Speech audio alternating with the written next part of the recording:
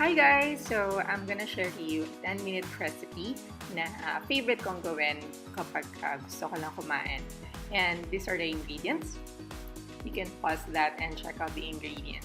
So, first off, ayan, boil the spaghetti noodles according to sa packaging niyan. So, by base yung, yung preparation ng pasta. Sa iba kasi 6 minutes lang, some pwedeng umabot ng 12 minutes. So, ako hindi ko na timer yan. Pero, as soon as puti na yung noodles, dun yung malalaman kasi na luto na siya. And then, take a sample. Yan, gaya ng paghihirap ko dun sa ginagawa ko yan. And, check kung okay na sa inyo yung lambot ng pasta. Sabi nga, yung hindi soggy, no? Yung tamang-tama lang. And then, once na okay na yung pasta nyo or while waiting, you can fry your sausage, your Hungarian sausage. For me, isa lang ang nilagay ko kasi isi-slice pa naman yan later on. And isa ko lang din naman kakain. So, that's just fine. Yun. Yung noodles nga pala, by the way, siguro, na lang yun, around 100 grams or less than 100 grams na lang. Kasi, inuunti-unti ko lang yung noodles every time I cook. And on the side, nakikita nyo na I have minced garlic na din kasi para prepared na siya once na naluto na yung sausage natin. And then, we'll be using the basil. Yung pinili kong yan, kumuha na ako talaga ng malaki kasi favorite ko talaga yung basil na nilalagay sa mga food ko, sa eggs, ganyan. So, I bought the big one na. Yan, that's from Landers. And then, yung cheese naman natin dito is yung parmesan. So, yan yung nabibili lang yan sa supermarket. So, it's easily available. Bumili na ako nung malaking pack. I think Big Boy yung brand nun. Yan. And then, nagtabi ako dun sa cup na yon, dun sa nakikita nyo yung cup, yung white cup na yon.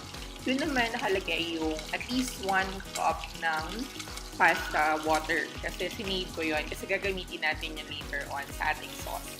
Yan. So, check natin. Tinakpan ko kasi medyo tumalsik yan eh. Yung oil natin sa sausage. Yan. So, I like it toasted. Masarap kasi yan kapag toasted yung nakalagay sa pasta mo. So, as you can see, no, isang bowl lang talaga yung pasta noodles ko. That's just how kakonti talaga. Kasi ako lang naman yun kain. Yan. And so, while waiting, yan. So, oh, by the way, hindi nakita dyan yung pasta mix, pero later on, may kita nyo yan. Yan. So, toasted na yung ating sausage. That's how I like it. And then, later on, wag niyo siyang wag niyo siyang ipiprito ng nakaslice na. Kasi nag-curled up yung kumukulubot yung sausage, no? Tumutupi. So, hindi siya nagiging crispy sa yung balat niya. So, mas malambot siya actually. So, hindi ko siya type pag ganun. Gusto ko pagka ganyan lang. Crispy yung balat and then you slice it off. Yan. So, that's the sausage. Slice nyo lang siya ng pahalang. Or any slice you want. Pwede din namang cubes yan. Or strips, no? Depende sa liking ninyo. But I like it that way. Chunks ng slice sausage. And the garlic nga pala. Garlic is very nutritious for you. Kaya, kailangan kasama talaga. At saka, very easy naman kasi siyang i-prepare. Yan. Kaya, put as much as you want kung ilang garlic yung gusto nyo, no? Kasi malasa naman talaga siya kapag the more garlic. Well, of course, it's your preference na rin. Pero I like it more garlic sa dish ko na yan, sa pesto pasta. Yan. And yung pesto natin dito is combination of mixed na pesto pasta mix at saka yung basil, dried basil. Kasi ang pesto is made of basil leaves and nuts, no? Na kinombine. Ayan. So, nakikita nyo dyan yung pesto mix. So, at least around, kasi tansyahan lang din talaga yan, no? So, at least around 1 to 2 spoonfuls or teaspoon. Sige, let's just say spoons na lang din ng mix na yan. No? Kasi very versatile naman siya. Depende sa liking ninyo. Yan. So ako, hindi ko inuubos yung isang buo kasi mag-isa ko lang din naman. So hindi ko siya kailangan ubusin ng marami. And in that way, kapag gusto ko ulit, I can use the remaining pack.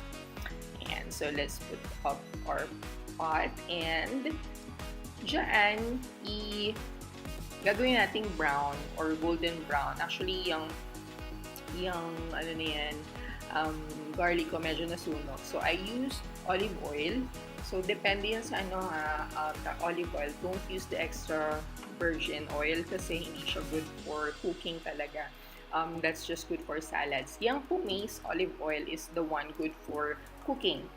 Yan. And then, butter or margarine, I think I used a dairy cream na margarine on that recipe. Yan. Everything goes better with butter. Yan. Yan. So, yan, medyo madali kasing masunog yung butter natin. No? So, make sure na nasa medium heat or low fire yung stove nyo para hindi masunog yung butter and the garlic. So, medyo napabayaan ko yan dyan at naging medyo dark brown na ang ating garlic, no? Kasi malakas yung aking heat. Yan. So, dinagdagan ko lang din ng olive oil para hindi masyadong masunog yung butter. But then again, yun nga, medyo nasunog yung iba dyan. So, golden brown talaga siya ng bonggang-bongga. But anyway, so just make your garlic a little brown and then mix nyo lang siya. After which, pwede nyo nang ilagay yung sausage ninyo and then the basil, yung dried basil natin. Yan o, so medyo nasunog siya ng slight dyan.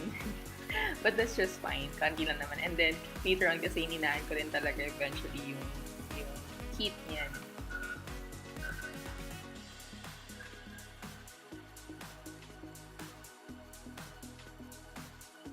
Yan, so now I'm putting the basil.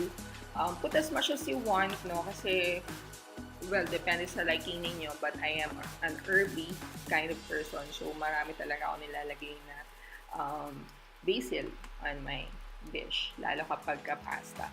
This is just so good.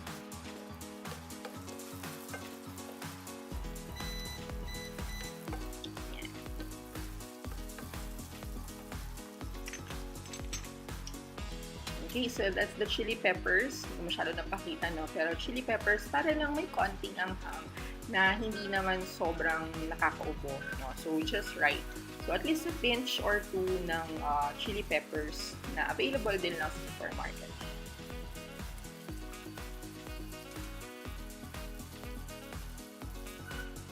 Alright, so ngayon naman, pinor ko na yung mixture natin ng pasta, water, yung pinaglagaan ng pasta, and then the pesto mix. Yan. So, kung nakikita nyo, so parang medyo marami na, that's just fine. I-absorb naman yan ng pasta and mag-evaporate din naman yung remaining. So, just to coat yung ating pasta din and maglasa talaga yung pesto. And lumabas yung lasa ng basil na nilagay natin further.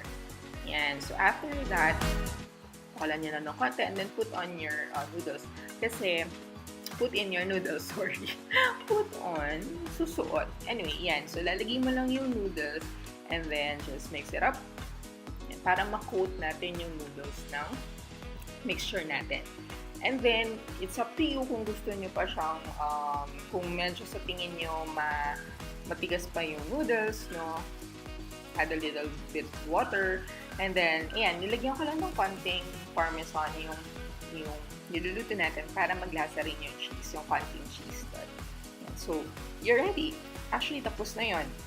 No? So, you can serve that na, or ang maganda pa nga pala is that yung juice na may iwan dyan sa pasta ninyo, you can make it a tawag dito.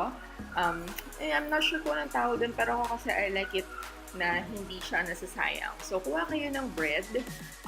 I have baguettes kasi sa ref ko and yun yung ginamit ko. Although hindi ko na napakita dyan kasi I just used it later on nung nakita kong sayang may sabaw yung noodles, no.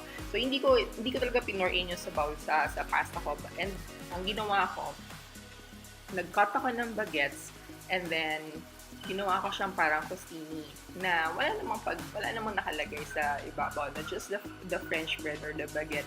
And then toast nyo lang yung bread niyo dun sa sauce na nandun sa inyong pot para hindi sayang. And it tastes good. It really tastes good. Hindi na kailangan dagdagan ng anything pa yun, na just the sauce na naiwan doon, and then pa-toast nyo lang yung bread doon para ma-absorb niya yung sauce na yun. And so, there you go. So, plating na tayo. Tapos na. So, dyan, it serves, for that serving, actually, it can serve 2. Pero, sabi ko nga ako, mag-isa ko lang yan. So, 2 meal ko na yun. 2 serving ko na yun sa isa sa merienda. Yun, tsaka isa sa dinner. Pasta much.